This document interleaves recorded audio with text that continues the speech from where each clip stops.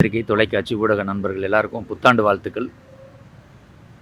தம்பி வந்து ஸ்ரீராம் ராஜு ஒரு மோட்டார் சைக்கிள் டைரிஸ் மாதிரி இந்த இளைய தளபதியோட படத்தை பார்க்குறதையே ஒரு பெரிய ஷெட்யூலாக போட்டு அதை வந்து ஒரு 50-60 நாள் படம் கடைசி நாள் தியேட்டரில் ஓடுற வரைக்கும் இப்போ எல்லா தியேட்டருக்கும் போகணுன்ற அந்த ஒவ்வொரு ஸ்டேட்டாக போகணுங்கிற அந்த முன்னெடுப்பு வந்து ரொம்ப ஆச்சரியமாக இருந்துச்சு. இது உணர்ச்சிவசப்பட்டு தளபதி இனிமேல் பார்க்க முடியாதுன்னு சொல்லாத, டெய்லி பார்க்கலாம், டெய்லி நியூஸ் வரும். அது சினிமாவில் நடிக்கலன்னு சொல்கிறாரு, அவ்வளோதான். ஒரு அம்மா வயிற்றுலேருந்து ஒரு குழந்தை பிறக்குது, அதுக்காக தொப்புள் கொடி கட் பண்ணாமல் இருக்க முடியுமான்னு. அந்த மாதிரி இன்னொரு இடத்துக்கு போகணுன்னா அவனை இழந்து அவன் படிக்கிறோம், காலேஜில் படிக்கிறோம், ஸ்கூலில் படிக்கிறோம், வேறு இடத்துக்கு போனோம்னா அதுக்கு விட்டுட்டு தான் அங்கேயே இருக்குமே இருக்க முடியாதுல்ல. ஒரு மக்கள் பணிக்கு வராருன்னா அப்போ இதை விட்டு தான் ஆகணும். இதுக்கெல்லாம் வந்து அழுது எமோஷனலாம் ஆகக்கூடாது. நான் தம்பி மாதிரி இருக்கிற ரசிகர்களுக்கு என்னோட அன்பான ஒரே ஒரு சின்ன வேண்டுகோள், உங்களுடைய தூய்மையான, அதாவது உங்கள் எல்லாருக்கும் தெரிஞ்ச விஷயம், தமிழ் நடிகர்கள் மட்டும், தமிழ் சினிமாவில் மட்டும் இல்லை, இந்திய சினிமாவில் இல்லை, உலக சினிமாலேயே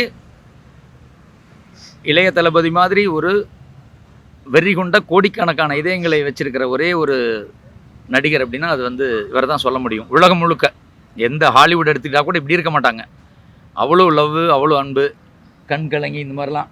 ஸோ நான் எது செஞ்சாலும் உங்களோட அன்பை காட்டுறது எல்லாமே, நீங்கள் ரிலீஸ் டேட்டில் கூட வந்து கட்டை விட்டு பால் ஊற்று எல்லாமே செய்யுங்க. நான் ரொம்ப பாதுகாப்பாக செய்யுங்க. நீ பைக்கில் போகிறது ரொம்ப கவனமாக போ, ஏன்னா உங்களை நம்பி தான் குடும்பம் இருக்குது. ஸோ நீங்கள் செய்கிற ஒவ்வொரு நல்ல விஷயமும் அவருக்கு நல்லதாக முடியணும், அவருக்கு நன்மையாக சேரணும். நீ உங்களோட அன்பு வந்து அவருக்கு எதுவும் தொந்தரவு கொடுத்துடக்கூடாது. ஸோ அந்த அன்பை வந்து நல்ல வழியில் ரொம்ப பாதுகாப்பாக செய்யுங்க எல்லா விஷயத்தையும். இது என்னுடைய அன்பான வேண்டுகோள். ஏன்னா ஒரு ரசிகனா நானும் தளபதியோட தம்பியை விட ரொம்ப தீவிரமான ரசிகனாக தான் நான் சினிமாக்குள்ளே வந்தேன். நான் அவரை சந்திச்சப்போ எனக்கு 27 வயசு, கதை சொல்ல வந்தப்போ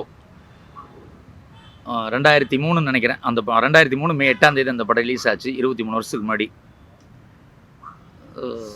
ஸோ நான் தளபதி வந்து அவர் புதிய கீதை. ஸோ தளபதி வந்து சினிமா விட்டு போகிறது அப்படின்றதுல வந்து எனக்கு அதில் வருத்தமே இல்லை. ஏன்னா அவர் இங்கே நிறையா சாதிச்சாச்சு, ரெக்கார்ட் பண்ணியாச்சு. அதுக்கப்புறம் இன்னும் நிறையா ரெக்கார்ட் பண்ணுறதுக்குன்னு இன்னொரு விஷயத்தை நோக்கி போகிறாரு. அதுக்கான முதல்ல வாழ்த்துவோம் சந்தோஷமாக. அதை வந்து ரொம்ப சினிமா விட்டு போகிறாருன்னு துக்கமெல்லாம் நான் எடுத்துக்கவே இல்லை அதை. ஏன்னா அவர் எப்போ பார்க்கனாலும் ஓடிடியில் அவரோட படங்கள் இருக்க போகுது, மக்களோட தினமும் வந்து தொலைக்காட்சி மீடியாக்களோடு இருக்க போகிறாரு. ஸோ மக்களோடு இருக்க போகிறாரு. அதுக்கு முதல்ல என்னோடய வாழ்த்துக்கள் தளபதிக்கு. மற்றபடி ரொம்ப சந்தோஷம் இந்த ஜனநாயகன் வெற்றி அடைய. ஏன்னா இது வந்து 2 பொங்கல், ஜனநாயகன், பராசக்தி, ரெண்டுமே வெற்றி அடையட்டும். ரசிகர்கள் ரொம்ப பாதுகாப்பாக இந்த வெற்றியை கொண்டாடுங்க, ரிலீஸை கொண்டாடுங்க. ரொம்ப சந்தோஷம். இப்போது வந்து அரசியல் நகருக்கு போயிருக்கிற இளைய தளபதிக்கு என்னுடைய அன்பான ஒரு பெரிய சந்தோஷமான வாழ்த்துக்களை சொல்லிக்கிறேன்.